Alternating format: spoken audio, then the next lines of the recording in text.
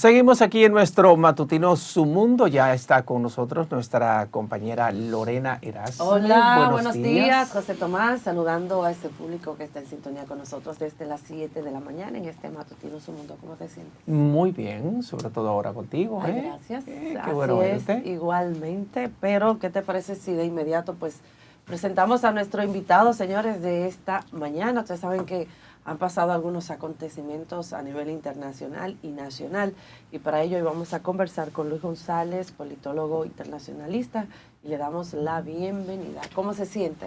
Bien, gracias Lorena, gracias José Tomás por el honor de la invitación. Bienvenido a este espacio. Concluimos el 2023 inmersos en esta cruenta guerra entre Israel y Hamas, la guerra en Israel que ha provocado centenares, miles de muertos, y que uno como que no vislumbra el final de esta guerra, pero también tuvimos una guerra, hemos tenido guerra también entre Rusia, Ucrania, un mundo totalmente convulso. No ha sido un año muy bueno a nivel internacional el 2023. ¿Cuáles son las perspectivas que usted puede vislumbrar en estos conflictos que de alguna manera han impactado no solamente a los países en guerra, sino también al mundo completo? Sí, bueno, gracias José Tomás. Tú has señalado precisamente cómo termina el año con el conflicto que está en la palestra, que está en la atención global. Sin embargo, este año 2023 comienza dándole seguimiento a uno que ya venía desde 2022. Estamos hablando del conflicto ruso-ucraniano, que es algo más amplio.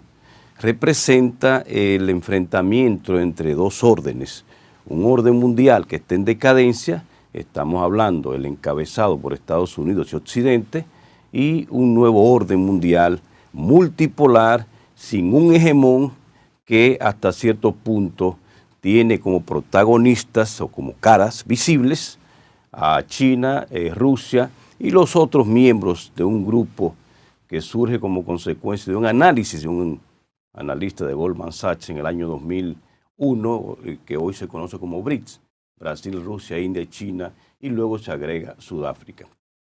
Eso es un poco para el contexto y cronológicamente ver un año tan convulso como usted mismo, José Tomás, señaló en la presentación. Este año, viendo de la región de América Latina, que es donde le estamos hablando al mundo en estos momentos, comienza precisamente con un acontecimiento determinante en la región, creo que de importancia global, que fue el ascenso al poder de Lula da Silva, que venía de haber ganado unas elecciones en Brasil en octubre del año 2022. Y ahí mismo vimos, apenas una semana después de tomar posesión, cuando se le intentó incluso dar un golpe de Estado con el presidente saliente, Bolsonaro, que un poco parecido a lo que sucedió con Donald Trump y Joe Biden en los Estados Unidos. Tiene un grupo que votaron por él y que entienden que las elecciones no fueron ganadas en buena lid por Lula da Silva. Entonces eso le está comenzando a enviar un mensaje a la región de América Latina. Sin embargo, a partir de ahí, y continuando con Brasil, Lula lo que ha demostrado es el talento extraordinario que tiene, por eso incluso he denominado el llamado modelo Lula, que no es cuestión de lucha de clases, sino de colaboración de clases. Y lo demostró en los 8 años de gobierno que tuvo, donde sacó 50 millones de gente de la pobreza. Eso retrocedió con Bolsonaro y él está tratando de recuperar. Y está jugando un papel determinante en toda la región del planeta, visitando a varios presidentes, incluso se ha reunido con el presidente de Estados Unidos, con el de China, para mencionar las dos grandes potencias. Entonces, más adelante ahí, para seguir de manera cronológica, y en la región, hubo 2 elecciones importantes, José Tomás, en este año, y Lorena, en América Latina. Digo importante por lo que sucedió y por lo que podría significar, que es el caso de Guatemala. En Guatemala, aunque el presidente va a tomar posesión ahora, en enero del año 2024, y acaba de visitar República Dominicana, Bernardo Arévalo, Es bueno que se observe esto porque Arévalo no aparecía en las encuestas tradicionales. Se están disputando dos candidatos y Bernardo Arévalo, con un movimiento llamado Semilla, obtiene el primer lugar, el segundo lugar en la primera vuelta, porcentaje bajo de 9%, pero logra entonces que esa gran oposición que tiene la candidata que obtuvo el primer lugar en la primera vuelta, Sandra Torres, que había perdido en varias ocasiones, entonces logra ganar las elecciones. Esto lo digo porque es importante destacar que a veces en las encuestas tradicionales vemos algo y no se da entonces. Permiso, señor Luis, hay un punto y disculpe que lo interrumpa, por ejemplo, con lo que fue lo que es Brasil, con lo que es Lula da Silva, que a pesar de lo que él ha pasado, juicio político, entre otras cosas, estuvo detenido, mantiene su popularidad. Ahora bien, por ejemplo, hemos visto en este caso de que el izquierdismo está salpicando en los países de la región, como el caso de Colombia, Brasil, entre otros. Pero me he dado cuenta en el caso de Brasil, que a los inicios del gobierno de Lula da Silva, tuvo que aliarse a lo que es la derecha. Me refiero a llevar a un vice de la derecha para ellos poder unirse y en el Congreso también llevar la mayoría, porque la mayoría en el Congreso en ese entonces, estoy hablando un poquito de historia, perdón, que usted debe de, ¿verdad?, de puntualizar esta parte. La mayoría del Congreso era de la derecha y él tuvo que aliarse a ellos llevando un candidato vice, en este caso de la derecha, para él poder fugir y poder obtener la mayoría de los votos. Entonces, la pregunta es, ¿por qué la izquierda, al final en cuenta, no puede mantenerse solo, sino que de una manera u otra tienen que ir aliados de la derecha, José Tomás? O sea, tienen que lamentablemente para poder funcionar y llevar sus planes y proyectos, deben de ir acompañados de la derecha, como fue en el caso de Lula. Entonces, ¿de qué vale la lucha de hacer algo diferente cuando al final en cuenta tienen que ir con todo lo que ellos han protestado y llevando a la contraria? Que la realidad política parece que mandaba eso porque no tenía la mayoría, no tenía la mayoría y, en el Congreso. Y entonces se imponía una alianza estratégica en este caso. Pero se supone que si usted critica, ese sistema, aunque sea lo que sea, tú tienes que tratar, ¿verdad?, de imponerte, que tus proyectos vayan, o sea, el tema del discurso, porque eso es igual que aquí. Aquí vemos personas que son izquierdistas, pero lamentablemente se benefician del poder, de la derecha. O sea, ¿de qué vale? Entonces, esa lucha de tu idealismo, de que hay que hacer la cosa diferente, cuando al final en cuenta tú tienes que ir aliado de lo que tú estás opuesto. Es que a las ideologías siempre le supera el interés de repartirse una parte del poder. Don Luis tiene toda la experiencia para analizar esa parte. Para que usted me pudiera entender. Muy interesante, Lorena Erasme, te felicito por ese análisis. Gracias. Yo creo que de lo que se trata, usted conoce a un autor que se llama Anthony Giddens, muy famoso por varios libros. Pero yo quiero citar uno titulado Más allá de la izquierda y de la derecha. En eso él sintetiza diciendo, al final los pueblos lo que necesitan son soluciones. Y si un gobierno, como el caso de Lula, que usted señaló, pero se ha repetido en varias ocasiones, se está repitiendo ahora con Milei, pero ese es un tema que desde el punto de vista cronológico quería dejarlo para el final. Pero tienen que unirse. ¿Por qué? Porque sin ese apoyo de una parte, como usted señaló, de la derecha, él no hubiera podido conseguir entonces tener un Congreso que le permita avanzar en sus propuestas. Y al final, volviendo a Anthony Giddens, lo que Brasil y el pueblo de Brasil necesita es resultados.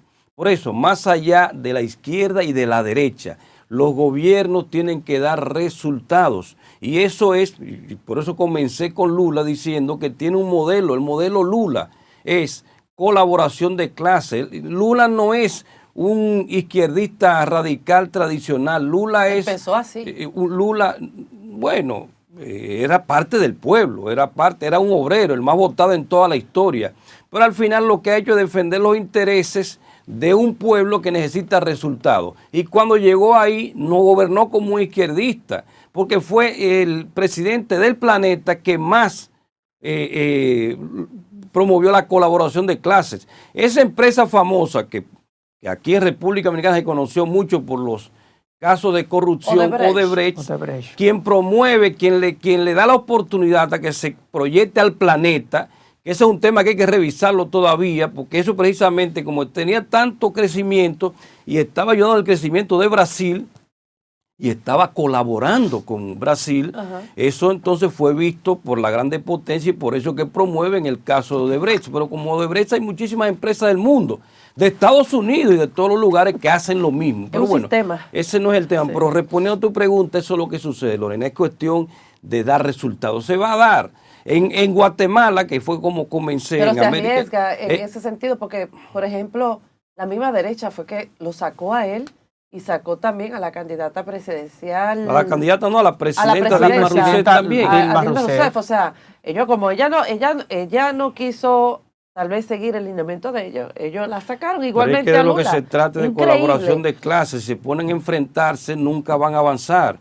Por eso que el modelo Lula es incluso para escribirlo y para estudiarlo, usted lo acaba de señalar. Él entendió que tenía que de una u otra manera, desde el punto de vista programático, para poder tener los votos en el Congreso y avanzar su propuesta. ¿Por qué Lula es un fenómeno? ¿Por qué? Según usted. O sea, bueno, precisamente por su ascenso, siendo desde el punto de vista académico, semianalfabeto, cuando llega a la presidencia dice no tengo ningún título, pero tengo el más importante del todo, la oportunidad de servir a mi pueblo a través de la presidencia de la República, y lo demostró con hechos.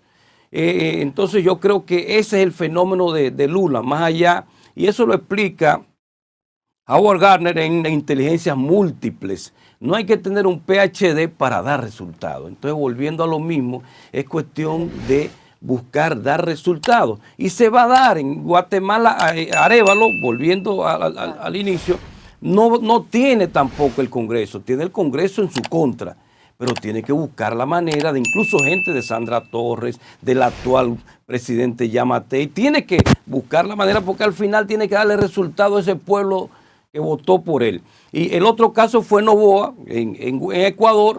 El correísmo tenía todas las posibilidades de ganar y este muchacho jovencito que no aparecía en las encuestas en la primera vuelta, obtiene el segundo lugar y gana también porque se unieron todos en contra de un correísmo que sigue siendo el partido más fuerte. Ahí vamos a ver lo que pasa. Pero igual Noboa necesita el correísmo, necesita eso que usted acaba de decir, Lorena, que hizo Lula en Brasil. Él lo va a necesitar, aunque ellos representan la derecha realmente. Se supone que Correa representa centro y centro izquierda, pero entonces necesitan unir para dar los resultados de lo que estamos hablando, más allá de la izquierda y de la derecha. Entonces, desde el punto de vista global, en el mundo, el conflicto ruso-ucraniano se continúa en este año 2023. Continúa, no se le ve la posibilidad de solución, aunque terminando el año 2023, para señalar ese caso, entonces se envía una posibilidad. Putin acaba de plantear que está dispuesto a sentarse de nuevo a hablar del caso, y Estados Unidos y Occidente están viendo que el apoyo que le están dando a Zelensky no le está dando resultados, y que todo lo contrario, Putin, que lo querían arrinconar, sigue teniendo presencia global. Acaba de estar ahora reunido en Arabia Saudita, en los Emiratos Árabes Unidos, tiene buenas relaciones con China, tiene relaciones con América Latina. Entonces, yo creo que ese caso, José Tomás y Lorena, hay que verlo en el 2024 con una posibilidad de salida del conflicto ya ruso-ucraniano.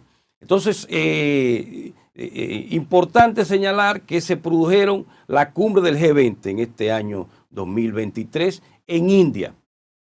India, un país que superó en el 24 de abril de este año 2023 a China como el país más poblado del mundo, pero además como una economía en ascenso. Estamos hablando que en Pita PPA la primera economía del mundo es la China. Desde el año 2014, tiene 10 años superando a Estados Unidos. Y luego está Estados Unidos y tercero ya está India. Y en PIB nominal, India está como en 4/5 también. O sea que hay que ver a India. Y esa cumbre de G20 de India envió un mensaje de que el mundo necesita unirse. Y creo que para hacer un resumen del 2023, era bueno mencionar eso. Dicho sea de paso, el canciller de India, Jay Shankar, estuvo en la República Dominicana en este año 2023 y se fortalecen los lazos de amistad entre India y República Dominicana con su embajador Ramu Abagani, que está aquí. Visitó también la región, entre ellos a Guyana, porque es bueno que ustedes entiendan que casi la mitad de la población de Guyana tiene ascendencia india. Era una colonia inglesa y en ese momento India también era una colonia inglesa, entonces por eso gran parte incluso gobernantes de Guyana han sido de ascendencia india. Y hay señalo también un conflicto en esta región, que es el tema de Venezuela y Guyana por la región del Esequibo. Por la región, sí, del Esequibo. Que termine el año José Tomás con ese asunto, que hay que darle seguimiento, porque ahí podría producirse un enfrentamiento. Esta es la única región del mundo que no tiene conflictos armados propiamente dicho, o sea, América Latina. Después tú ves que en África, en Asia, en Europa ahora, con el caso de Ucrania y Rusia. Y no tenemos conflictos, pero eso podría producirse. ¿Por qué lo hace Maduro en estos momentos? Primero porque se redescubren, porque ya se sabía que había hidrocarburos ahí y otros. Sí, sí. En la zona de casi 160.000 kilómetros cuadrados, señores, más grande, casi 3 veces que la República Dominicana, o 3 veces más grande que la República Dominicana, lo que se está disputando Venezuela y Guyana en una zona que se llama Esequibo, porque hay un río que lo divide ahí. Eso hay que darle seguimiento, hay muchos recursos. Guyana es un país relativamente pequeño desde el punto de vista poblacional, pero tiene un apoyo ya en las grandes potencias, porque, como le decía, India tiene interés ahí, pero Estados Unidos también, porque están explotando empresas estadounidenses ese petróleo ahí. Hay que ver lo que pasa. Pero ¿por qué lo llama en el momento Maduro? Porque Maduro está enfrentando unas elecciones en el 2024 y Corina Machado acaba de retomar y ganar unas primarias importantes ahí. Por ahí va el asunto, hay que darle seguimiento también a esa parte. Y yo creo, Lorena y José Tomás, que el acontecimiento determinante usted lo mencionó en la introducción, pero desde el punto de vista cronológico y también de importancia es la guerra entre Israel y Hamás. ¿Por qué sucede esto? Es un conflicto que tiene muchos años, sí. Un conflicto que se inicia en el año 1900, después de la Segunda Guerra Mundial. Y en el 47 hay una resolución que plantea dividir ese territorio entre judíos y palestinos.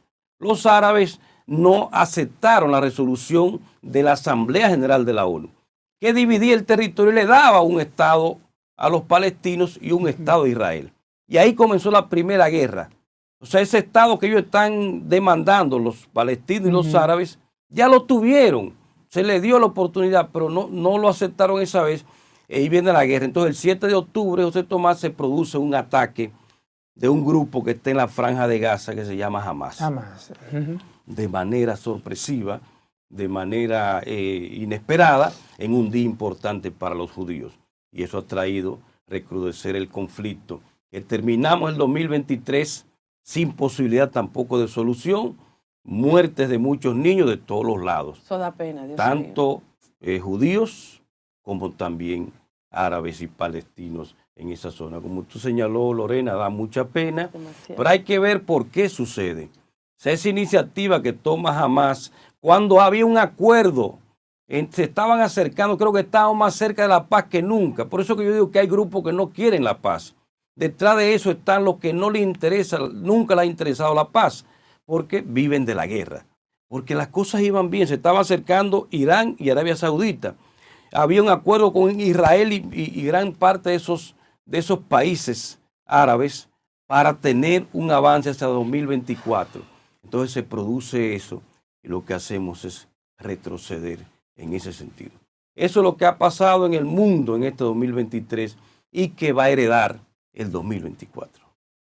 Ok, por ejemplo, en el caso de la región, bueno, yo tengo tantas preguntas, pero voy a empezar. La primera, a Milei ya le hicieron huelga. Ya salieron a protestarle la Sí, población. sí, sí. Luego de las medidas, él está sorprendido, pero ya comenzaron, o sea, los piquetes en Argentina. Pero en esta parte me gustaría saber su opinión. En un gobierno que hace aproximadamente 15 días, ¿verdad? Fue Sí, el juramentado día como 10, presidente, pero ya el día comenzaron 10 de ya diciembre. la protesta. Y sobre todo el fenómeno de presidentes jóvenes que estamos viendo en los países de la región, como el caso de Ecuador y El Salvador. Pero usted me va a responder Sí, esa correcto. pregunta luego de la pausa. ¿Qué le parece? Así es. Vamos a la pausa. Tomás, allí tenemos imágenes en vivo desde la Casa Blanca, Washington, Estados Unidos. Sí, en Washington, D.C., gracias a este sistema de cámaras web a nivel internacional, podemos compartir con todos ustedes esa imagen de la Casa Blanca en Washington, D.C., a esta hora de la mañana. Allá son las 6. Sí, van a ser las 7 y aquí ya van a ser las 8. Sí, es nuestra segunda hora y allá uno puede observar que está como amaneciendo, allá vemos el sol que está como saliendo. Y el fríazo. No, obviamente está haciendo bastante frío, pero caemos aquí para seguir con esta entrevista con Luis González, politólogo, experto en temas internacionales, y estamos analizando cómo está el mundo, en este mundo convulso de guerras entre Israel y el movimiento Hamas. Y también hablamos de la guerra entre Rusia y Ucrania, y Lorena le dejó una pregunta. Dos preguntas en el aire. Dos preguntas en el aire. El tema hay también, una pregunta en el aire. Como dice la salsa. Como dice la salsa, Sí. en estos momentos en que hay como un ascenso de presidentes muy jóvenes en América Latina, Así presidentes que nadie pensaba que podían ser opciones de poder y se han impuesto. Y lo de Argentina, ya a Milei le están haciendo piquetes, como dicen aquí. Sí. Bueno, voy a comenzar con Milei, porque como usted señaló, acaba de tomar posesión. Sí, hace como apenas 15 días, ¿no? el día Más o 10 de diciembre, Ujú. como establece el sistema constitucional de Argentina. 2 días después, el día 12, su ministro de Economía, Luis Caputo, anunció 10 medidas, un decálogo de medidas para un poco recuperar, como ellos le llaman, la medida radical, no van con medias tintas, ellos entienden que debe ser así.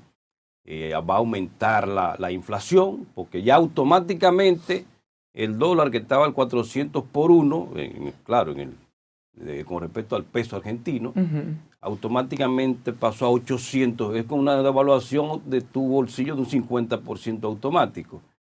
Y eso aumentó la inflación en ipso facto. Luego se detienen las obras y por tanto todo empleo vinculado a esas obras públicas. Se eliminaron de 18 a 9 ministerios, o sea, el 50%. Toda esa gente que está vinculado a ellos va a la calle. No se sabe qué va a pasar con ellos. Entonces, por eso, Lorena, que está pasando. Sí. Él lo estaba esperando y él sabía que iba a suceder. Y Argentina tiene esa cultura desafortunada. Es bueno que se sepa, ustedes que me están mirando, en 123 años, los últimos 123 años de la historia de Argentina, en 113 años ha habido déficit fiscal. O sea, gastan más de lo que recaudan, gastan más de lo que producen. Y eso es entonces lo que tiene una crisis tras otra. Es por eso que en el año 2001 hubo 4 o 5 presidentes en 5 o 6 días, ustedes recuerdan, de la Rúa, Duhalde, entre otros. Y se ha repetido. Y ha habido momentos en que se han recuperado, por ejemplo, en base a la emisión, que es lo que Milei explicó. Por eso él ganó la presidencia con todo y su histrionismo y todo, pero porque la gente un poco entendió. Pero la gente sabía lo que venía, Lorena, eso no. La gente sabía que todo eso él tenía que hacerlo. Todavía, y en su discurso él dijo, no hay dinero. Esa es su expresión más famosa, no hay plata, y lo reiteró en el discurso de toma de posesión el 10 de diciembre. No hay plata, por tanto, habrá más recesión, habrá más pobreza, habrá indigencia, pero tenemos que hacerlo porque con eso evitamos entonces un mal peor. y la gente lo sabía, pero no es lo mismo que te lo digan a tu ver los efectos. Saber que vas a la calle, ya no tienes empleo, no tienes oportunidad, el dinero que tenías, si los que tienen se les redujo automáticamente la mitad, poca producción, y eso, ¿cuál es el objetivo? Según Luis Caputo, el ministro de Economía, Toto, como le dicen, es para estabilizar el país y luego lograr, José Tomás, lo que hace crecer la economía, que es la inversión extranjera, que es el dinero que viene desde fuera, que es la posibilidad de exportar más, porque déjeme decirle, y aquí hay un presidente que decía mucho esto, que era el doctor Balaguer, Argentina es un país rico que ha sido desafortunadamente, pobremente administrado en toda su historia, porque ahí sí podemos decir que tiene riqueza. Las pampas argentinas tienen capacidad para alimentar el planeta entero desde el punto de vista de tierras cultivables, pero también son grandes productores de vino, también tienen parte del triángulo del litio, Argentina es uno de ellos, o sea, tiene de todo y tiene una gran capacidad, sin embargo, no ha sido bien administrado y es por eso, Lorena, que tenemos la situación. Yo decía que si el pueblo reacciona, como ya tú señalaste, comenzó a reaccionar, le damos poco tiempo a Milei, pero más allá de Milei, ¿qué hay? Volver a lo mismo, por eso fue que ganó Milei, porque lo otro era continuar en lo mismo, continuar profundizando la crisis de la llamada desestabilización fiscal, gastar más de lo que tiene, seguir imprimiendo dinero sin buscar ninguna solución real. Con respecto a los presidentes jóvenes, ¿se ha visto esto? Comenzamos con el caso de El Salvador, con Bukele, que llegó a estar en la lista de los países del mundo de jóvenes presidentes, ya de la nueva era, del millennium, como se le llaman, y ha dado excelentes resultados. Ha transformado a El Salvador. En estos momentos, desde el punto de vista electoral, logró, él llegó sin ningún apoyo, que es un poco lo que Milei ha dicho, porque Milei no tiene el control del Congreso tampoco, Lorena. Milei tiene de 73 diputados, tiene 7. De 73 senadores tiene 7. De 257 diputados tiene 38. O sea, no tiene. Pero tiene, claro, el apoyo. Y ahí también lo mismo, Lorena, que usted señaló con respecto a Brasil. Tiene el apoyo de la derecha radical que gobernó ya, que es de Macri y otro grupo, que él ganó con ellos, sin ellos no hubiera ganado. Entonces está ahí viendo eso. En el caso de El Salvador, Bukele, porque estamos hablando de los presidentes jóvenes, llegó sin nada en el Congreso, o sea, no tenía nada que buscar. No, porque él no tenía una trayectoria tenía el política, Congreso opositor completamente. Sin embargo, con el Ejecutivo y lo que le permitía la Constitución de El Salvador, logró transformar El Salvador, sobre todo en la parte de la seguridad. El Salvador era invivible, no se podía vivir en El Salvador. Y él logró eso, lo que le permitió que en unas elecciones de medio término lograra tener la mayoría congresual. Ya la tiene. Y con eso entonces profundizó sus reformas hasta lo económico y El Salvador ha venido en ascenso. En enero del año 2024, creo que el 14 de enero o en febrero del 2024, pero antes de la de nosotros, que son el 18, 18 las municipales, y 19 de febrero las. Él tiene elecciones y tiene todas las posibilidades de reelegirse. En el caso de otro presidente joven, ya lo mencionamos, que es Noboa en Ecuador. Noboa es hijo de uno de la familia más rica de Guayaquil, que es la zona rica de Ecuador. Su papá intentó varias veces ser presidente, se presentó y no tuvo la suerte. Y él, que venía del Congreso, era diputado, se presenta a ver qué pasa. No aparecía en las mediciones. Fue lo que lo ayudó a él fue tengo entendido que fue el debate político que se hizo vía televisiva ya. Sí, no, sobre todo yo creo que en la vida es cuestión, llega el momento que te corresponde. Le pasó a Leonel en el año 95, cuando se unieron todos para favorecerlo. En el caso de él es que el candidato que tenía mayor posibilidad lo asesinan. Hubo un candidato que tenía posibilidad, lo asesinaron. El presidente no podía repostularse. El que estaba, ¿no? Porque estaba pasando por proceso de corrupción. Y el correísmo tenía una alta tasa de rechazo. Sí. Todo eso entonces se conjugó en favor de este joven que todo el que está opuesto al correísmo entonces votó por él. Esperemos, Lorena, que pueda salir, pero necesita ahí también, José Tomás, del apoyo del Congreso correísta. Eso es la sensación ahora mismo.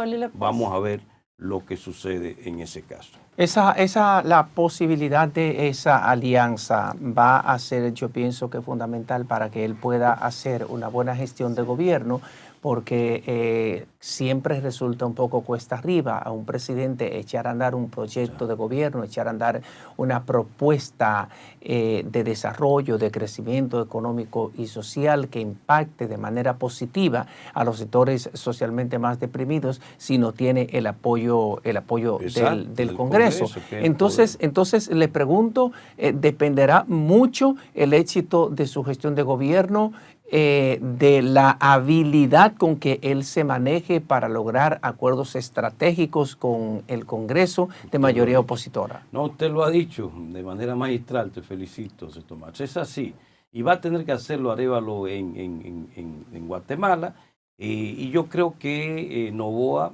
ya en transición, entiendo yo que comenzó ese proceso. Tendrá que ceder algo al correísmo. Eso es la verdad, lo estoy diciendo aquí desde República Dominicana. O sea, no podrán gobernar si ya enfrentando de manera radical el correísmo, porque tiene el control por el momento. Y allá en esos países, te recuerdo lo que pasó en Perú con el presidente electo recientemente y luego lo destituyeron. Existe la figura de la destitución. Allá está la muerte súbita, que fue lo que hizo el presidente Guillermo Lasso, porque el Congreso podía destituirlo. ¿Y él se fue? Eso podría suceder también si él no busca un acuerdo. Creo que está compelido a buscar un acuerdo con el correísmo para gobernar en favor. Y ahí vuelvo a la definición que te dije, Lorena, al principio. Más allá de la izquierda y de la derecha, el pueblo ecuatoriano necesita resultados y es con todas las fuerzas unidas, en este caso, el Congreso, cada uno con su programa, pero tiene que buscar un acuerdo para poder avanzar. Algo que se me quedaba con respecto al planeta, que yo sé que estamos, es en este año 2023 también se produjo la cumbre de los BRICS en agosto. Y en esa cumbre de los BRICS se planteó el llamado BRICS Plus. O sea, se van a adherir a partir de ahora, de enero del 2024, Argentina, si mi ley lo permite, porque ustedes saben que tienen su posición, Arabia Saudita, Irán, para que ustedes vean que esos países que eran adversarios lograron unirse, están ahí, Emiratos Árabes Unidos, y de África está Kenia y Etiopía y Egipto, de manera que ese grupo está creciendo, envía un mensaje de una nueva era, de un nuevo orden mundial multipolar. Ya no es el quítate tú para ponerme yo, todos los nuevos órdenes mundiales. Y a ustedes que están aquí les recomiendo leerse a Ray Dalio, un estadounidense que explica magistralmente cómo se han ido sustituyendo. Desde los Países Bajos, que luego sustituye por el Reino Unido. El Reino Unido que es sustituido por Estados Unidos. Estados Unidos la gente entiende que va a ser sustituido por China. No, yo creo que no. China no aspira a sustituir a Estados Unidos. China plantea un mundo multipolar. Y lo envió, y ahí menciono otro acontecimiento de este año 2023, y lo envió el mensaje cuando celebra 10 años de la iniciativa de la Franja y la Ruta en China el pasado octubre de este año 2023, enviando un mensaje de unidad global, de enfrentar los problemas y sobre todo de ser parte de la construcción de la comunidad de destino compartido para la humanidad. Y yo creo que hay un futuro promisorio si el mundo entiende que de lo que se trata no es de enfrentarse, sino de unirse en torno a los problemas reales que son cambio climático. Hemos sido víctimas en República Dominicana recientemente de eso, pobreza, migración, y yo creo que hay una gran oportunidad si los países del mundo luego se ponen de acuerdo. Pero eso que usted plantea, y discúlpame Lorena, de Sí. alguna manera contradice la visión que tiene mucha gente, que entendía Sí. que sí, que había un pugilato entre China y Estados Unidos por el liderazgo como gran potencia económica mundial. Y usted dice que a China no le interesa ser la principal potencia. Parecería que sí, eso es lo que algunos piensan, que sí. Sí, José Tomás, precisamente es porque están analizando de la óptica. Es como que tú tienes toda la vida analizando desde un punto de vista, desde una esquina, están mirando así. Si hacemos una mirada integral y abierta, nos damos cuenta que no es así. Es porque se cree que todo debe ser igual como siempre, las cosas cambian. Está la dialéctica, lo plantea. O sea, porque ha sido históricamente eso, tendrá que ser toda la vida así. China está enviando un mensaje de que se puede ser diferente. Pero no es nuevo, basta con estudiar la historia de China. China fue potencia primero que todos esos países. China fue la mayor economía. Léanse el libro de Eugenio Bregolat, La Segunda China, donde hace un recorrido. Fue la economía más importante del planeta. Cuando Estados Unidos se independiza el 4 de julio de 1776, surge como Estado. Hace rato que China ya era una potencia global. Y en el 1421, otro libro de un inglés, ni siquiera lo escribió un chino, 1421, el año que China descubre el mundo. O sea, ya China había descubierto el mundo en el 1491. ¿Pero a qué fue? A imponer religión, como hizo después Colón cuando descubrió América, que no descubrió nada, en el 92. No, lo que fue a llevar fue intercambio. La ruta de la seda, ¿qué fue, José Tomás? Un intercambio de ideas, de productos. En ese momento China pudo haberse impuesto al mundo y no lo hizo, porque no tiene esa visión.